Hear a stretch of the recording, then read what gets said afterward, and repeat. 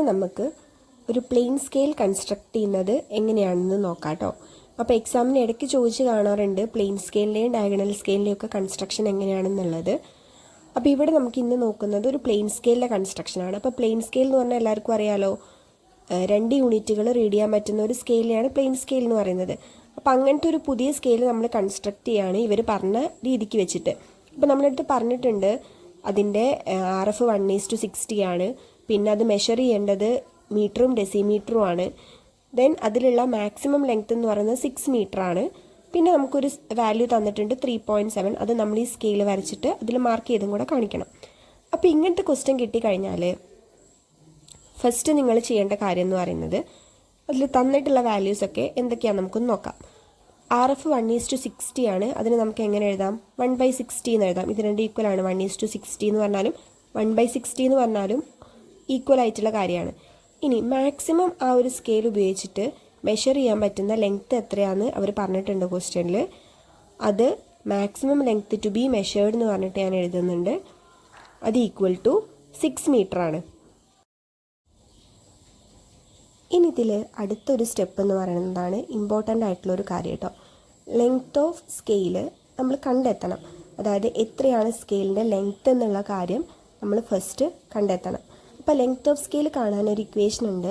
RF × maximum length to be measured. അപ്പോൾ നമുക്ക് ക്വസ്റ്റ്യനിൽ RF തന്നിട്ടുണ്ട് 1/60, മാക്സിമം ലെങ്ത്ത് 6 മീറ്റർ ആണെന്ന് അവർ പറഞ്ഞിട്ടുണ്ട്. അപ്പോൾ നമുക്ക് എന്ത് ചെയ്യണം? അത് ഇക്വേഷനിൽ കൊടുത്തിട്ട് ആ ഒരു സ്കെയിലിൻ്റെ ലെങ്ത്ത് എത്രയാണെന്നുള്ള കാര്യം നമ്മൾ കണ്ടെത്താൻ പോവാണ്. അപ്പോൾ 1/60 ഇൻറ്റു ഞാൻ എന്ത് ചെയ്യാൻ പോവാണ്?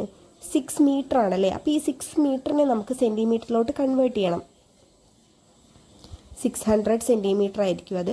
അപ്പോൾ 1/60 ഇൻറ്റു അതായത് 6 × 100 ചെയ്യുമ്പോൾ നമുക്ക് അതിന് സെൻറ്റിമീറ്ററിലോട്ട് കൺവേർട്ട് ചെയ്യാൻ വേണ്ടി പറ്റും.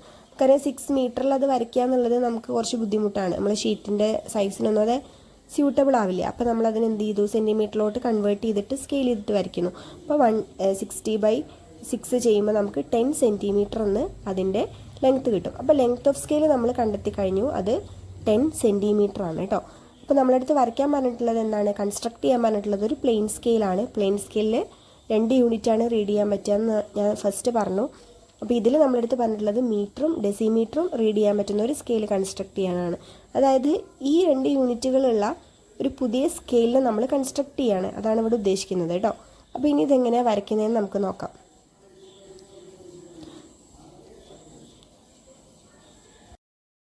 ഇപ്പോൾ ഫസ്റ്റ് നമുക്ക് കിട്ടിയ ലെങ്ത്ത് എന്ന് പറയുന്നത് 10 സെൻറ്റിമീറ്റർ ആയിരുന്നു അല്ലേ. അപ്പോൾ ആ 10 സെൻറ്റിമീറ്റർ ലെങ്ത്തിൽ ഞാൻ ഒരു ലൈൻ വരച്ചിട്ടുണ്ട്.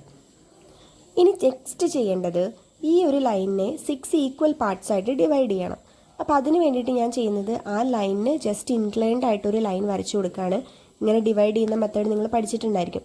എന്നിട്ട് നമ്മൾ ഇൻക്ലൈൻഡ് ആയിട്ട് വരച്ച ലൈനിനെ നമുക്ക് ഇഷ്ടമുള്ള ഡിസ്റ്റൻസ് എടുത്തിട്ട് ഞാൻ 6 ഈക്വൽ പാർട്സ് ആക്കി ഡിവൈഡ് ചെയ്യുകയാണ്. ഞാനിവിടെ 1 സെൻറ്റിമീറ്റർ ആണ് എടുത്തിട്ടുള്ളത്.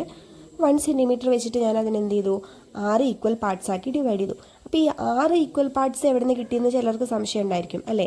അപ്പോൾ അതെന്ന് പറഞ്ഞിട്ടുണ്ടെങ്കിൽ നമ്മളടുത്ത് പറഞ്ഞിട്ടുള്ളത് മാക്സിമം 6 മീറ്റർ ലെങ്ത്തുള്ള ഒരു സ്കെയിൽ കൺസ്ട്രക്ട് ചെയ്യാനാണ്. അപ്പോൾ അതുകൊണ്ടാണ് ഇവിടെ 6 പാർട്സ് ആക്കി ഡിവൈഡ് ചെയ്യുന്നത് കേട്ടോ. ഇനി നോക്കി, ആ 6 പാർട്സ് ആക്കിയതിൻ്റെ എൻഡ് പോയിൻറ്റും നമ്മുടെ നേരത്തെ വരച്ച 10 സെൻറ്റിമീറ്റർ എൻഡ് പോയിൻറ്റും നമ്മൾ കണക്ട് ചെയ്ത് ഞാൻ വരച്ചു.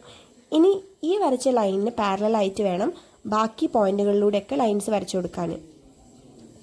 അപ്പം നിങ്ങൾക്ക് ഡ്രാഫ്റ്റർ വെച്ച് വരയ്ക്കുമ്പോൾ അത് എളുപ്പമായിരിക്കും കേട്ടോ. ഞാനിപ്പോൾ ഡ്രാഫ്റ്റർ ഇല്ലാത്തതുകൊണ്ടാണ് സെറ്റ് സ്ക്വയറും സ്കെയിലും ഉപയോഗിച്ചിട്ട് അതിന് പാരലൽ ലൈൻസ് വരയ്ക്കുന്നത്.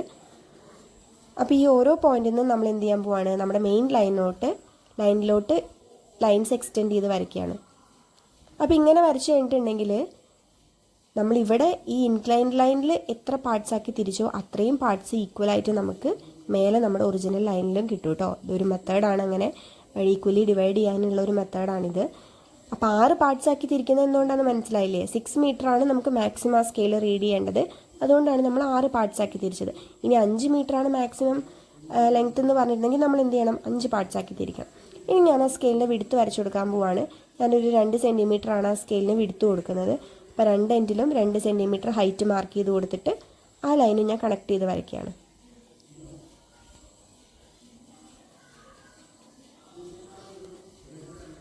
ഇനി നെക്സ്റ്റ് സ്റ്റെപ്പ് എന്ന് പറയുന്നത് നമ്മൾ ഈ വരച്ചിട്ടുള്ള പോയിന്റുകളിൽ നിന്നൊക്കെ മേലോട്ട് എക്സ്റ്റെൻഡ് ചെയ്തിട്ട് ആ സ്കെയിലിൽ ഞാൻ ഇങ്ങനെ 6 കള്ളികളായിട്ട് ഡിവൈഡ് ചെയ്ത് കൊടുക്കുകയാണ് കേട്ടോ.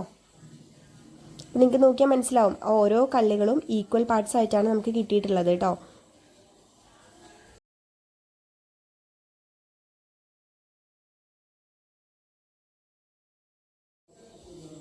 അപ്പോൾ ദേ 6 കള്ളികളും വരച്ച് കംപ്ലീറ്റ് ചെയ്തിട്ടുണ്ട്. ഇനി ദേ ഈ ഭാഗമാണ് നമ്മുടെ മീറ്റർ കാണിച്ചു തരുന്ന പോർഷൻ കേട്ടോ. അതായത് മീറ്ററിലുള്ള അളവുകൾ കാണിച്ചു തരുന്നത് ദേ ഈ ഓരോ വലിയ കള്ളികളുമാണ്. അപ്പോൾ അതിന് ഞാൻ 0 മുതൽ 5 വരെ നമ്പർ കൊടുത്തിട്ടുണ്ട്. അപ്പോൾ ഇത് ഓരോന്നും മീറ്ററാണ്. 1 metre, 2 metre, 3 metre, 4 metre, 5 metre. അപ്പോൾ ഇത് സ്റ്റാർട്ട് ചെയ്തിരിക്കുന്നത് 0ലാണ്. എന്നാലും നിങ്ങൾ നോക്കിയാൽ മനസ്സിലാവും അതിൽ 6 കള്ളികളുണ്ട്.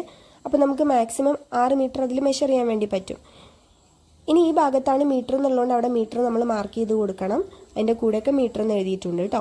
ഇനി ചെയ്യാൻ പോകുന്നത് ഈ ആദ്യത്തെ കള്ളീനെ ഞാൻ 10 ഈക്വൽ പാർട്സ് ആയിട്ട് ഡിവൈഡ് ചെയ്യാൻ പോവാണ്. അതായത് നിങ്ങൾക്കറിയാം നമ്മുടെ സ്കെയിലൊക്കെ കണ്ടിട്ടില്ലേ, 1 സെൻറ്റിമീറ്റർ എന്ന് പറയുന്നത് 10 മില്ലിമീറ്ററുകൾ ചേർന്നതാണ് അല്ലേ. അതിനുള്ളിൽ കുട്ടി 10 വരകളുണ്ടായിരിക്കും ആ 1 സെൻറ്റിമീറ്ററിനുള്ളിൽ. അതേ കൺസെപ്റ്റാണ് നമ്മളിവിടെ ഉപയോഗിക്കുന്നത്. 1 മീറ്റർ എന്ന് പറയുന്നത് 10 ഡെസിമീറ്റർ ചേരുന്നതാണ്. അപ്പോൾ ആ 10 ഡെസിമീറ്റർ ഞാൻ എന്ത് ചെയ്യാണ്, ഈ ഫസ്റ്റത്തെ ഒരു കോളത്തിൻ്റെ ഉള്ളിൽ വരച്ചു കൊടുക്കുകയാണ്. അപ്പോൾ അതിനെയും 10 ഈക്വൽ പാർട്സ് ആക്കി ഡിവൈഡ് ചെയ്യാൻ വേണ്ടിയിട്ട് നേരത്തെ ചെയ്ത അതേ മെത്തേഡ് റിപ്പീറ്റ് ചെയ്യാണ്. അതിന് ഇൻക്ലൈൻഡ് ആയിട്ട് ഒരു ലൈൻ വരച്ചു. എന്നിട്ട് നമ്മൾ ഈ വരച്ച ലൈനിനെ എന്ത് ചെയ്യാണ്, 10 ഈക്വൽ പാർട്സ് ആയിട്ട് ആദ്യം ഡിവൈഡ് ചെയ്യണം. നിങ്ങൾക്ക് ഇഷ്ടമുള്ള അളവ് എടുക്കാം കേട്ടോ.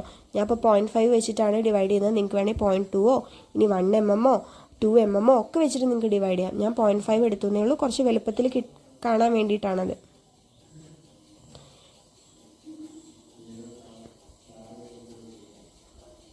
അതിനുശേഷം നമ്മൾ താഴെ ചെയ്ത അതേ പ്രൊസീജിയർ റിപ്പീറ്റ് ചെയ്യാണ്. എൻഡ് പോയിന്റിൽ നിന്ന് ദേ ഈ എൻഡ് പോയിന്റിലോട്ട് ലൈൻ വരച്ചു. എന്നിട്ട് അതിന് പാരലായിട്ട് നമ്മൾ എന്ത് ചെയ്യണം, ഓരോ പോയിന്റിൽ നിന്നും ദേ താഴോട്ട് ഇങ്ങനെ ലൈൻസ് വരച്ചു കൊടുക്കുകയാണ് കേട്ടോ.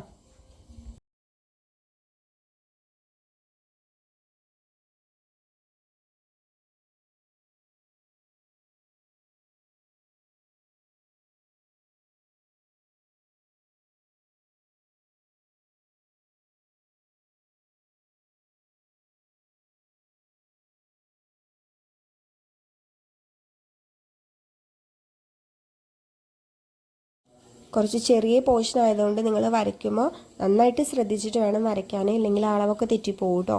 അപ്പോൾ ഡ്രാഫ്റ്റർ വെച്ച് വരയ്ക്കുമ്പോൾ കുറച്ചും കൂടി എളുപ്പമായിരിക്കും.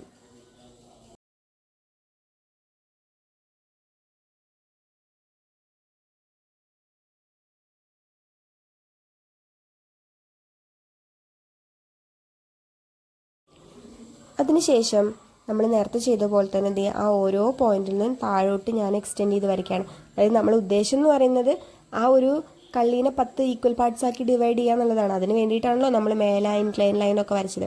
അപ്പോൾ ചിലർക്ക് സംശയം ഉണ്ടാവും എന്തിനാ ഇപ്പം ഇങ്ങനെ വരയ്ക്കുന്നത്, നേരിട്ട് ഇതിനങ്ങ് ഡിവൈഡ് ചെയ്താൽ പോരെ എന്നുള്ളത്. പക്ഷേ ചില ലെങ്ത്തുകളൊക്കെ ഭയങ്കര 1 പോയിൻറ്റ് അങ്ങനെയൊക്കെ മില്ലിമീറ്ററൊക്കെ വരുന്ന കേസുകളൊക്കെ വരുമ്പോൾ നമുക്ക് ഈക്വലായിട്ട് ഡിവൈഡ് ചെയ്യാൻ കുറച്ച് ബുദ്ധിമുട്ടായിരിക്കും. കൃത്യമായിട്ടുള്ള അളവുകൾ കിട്ടില്ല, നമ്മളെ സ്കെയിൽ എടുക്കാൻ കഴിയുന്ന അളവുകൾ കിട്ടില്ല. അതുകൊണ്ടാണ് നമ്മളിങ്ങനെ ഒരു ഇൻക്ലൈൻ ലൈനൊക്കെ വരച്ചിട്ട് ഇങ്ങനെ ഡിവൈഡ് ചെയ്യുന്നത് കേട്ടോ. അപ്പോൾ നിങ്ങൾ മനസ്സിലാക്കണം, നേരത്തെ ഞാൻ പറഞ്ഞതുപോലെ ഇനി ഇതിൻ്റെ ഉള്ളിലുള്ള അളവുകൾ എന്താണെല്ലാം ഡെസിമീറ്ററുകളാണ് കേട്ടോ. അപ്പോൾ അത് ആ 0 ഇങ്ങോട്ടേക്ക് ലെഫ്റ്റേക്ക് വേണം മാർക്ക് ചെയ്ത് കൊടുക്കാൻ. ആ ഒരു ഫസ്റ്റത്തെ കുഞ്ഞി ലൈൻ 1 ഡെസിമീറ്ററാണ്, രണ്ടാമത്തെ 2 ഡെസിമീറ്ററാണ്, മൂന്നാമത്തെ 3 ഡെസിമീറ്ററാണ്, അങ്ങനെ 10 ഡെസിമീറ്റർ വരെ. അപ്പോൾ നമ്മൾ സ്കെയിൽ വരച്ച് കഴിഞ്ഞിട്ടുണ്ട്. ഇനി നമ്മളടുത്ത് ക്വസ്റ്റ്യനിൽ പറഞ്ഞിട്ടുള്ളൊരു കാര്യം, ഈ ഒരു സ്കെയിൽ 3.7 മീറ്റർ എന്ന് പറഞ്ഞ ഡിസ്റ്റൻസ് മാർക്ക് ചെയ്ത് കൊടുക്കണം. അപ്പോൾ അതേ 3ൻ്റെ നേരെ മേലോട്ടൊരു ലൈൻ എക്സ്റ്റെൻഡ് ചെയ്ത് വരച്ചു. അപ്പോൾ 3 കള്ളിയായല്ലോ, 3 മീറ്ററായി. ഇനി ആ 7 എന്ന് പറയുന്നത് ഡെസിമീറ്ററാണ്. അപ്പോൾ ആ 7 ഞാൻ എന്ത് ചെയ്യണം, ആ ഡെസിമീറ്റർ 7 ഡെസിമീറ്റർ ലെഫ്റ്റിന് ഇങ്ങോട്ടേക്ക് റീഡ് ചെയ്തെടുത്തു. ആ 7ാമത്തെ കള്ളീൻ്റെ മേലോട്ട് ഒരു ലൈൻ വരച്ചു കൊടുത്തു. അപ്പോൾ കണ്ടത് ഈ ഡിസ്റ്റൻസിനെയാണ് നമ്മൾ 3.7 മീറ്റർ എന്ന് പറയുന്നത്. 3.7 മീറ്റർ എന്ന് പറഞ്ഞാൽ 3 മീറ്ററും 7 ഡെസിമീറ്ററുമാണ്. അപ്പോൾ 3 മീറ്ററും നമ്മളെടുത്തു, 7 ഡെസിമീറ്ററും നമ്മളെടുത്തു. അപ്പോൾ ഇത് നമ്മൾ ചെറുതാക്കിയിട്ടാണല്ലോ വരച്ചിട്ടുള്ളത്. 3 മീറ്റർ എന്ന് പറയുമ്പോൾ 3 മീറ്റർ ലെങ്ത്ത് അതിനില്ല, നമ്മൾ സ്കെയിൽ ചെയ്തിട്ടുന്ന ഒരളവാണിത്. അപ്പോൾ അതും എല്ലാവരും മനസ്സിലാക്കണം. അപ്പോൾ എല്ലാവർക്കും ഇത് മനസ്സിലായെന്ന് വിചാരിക്കുന്നു. Thank you all.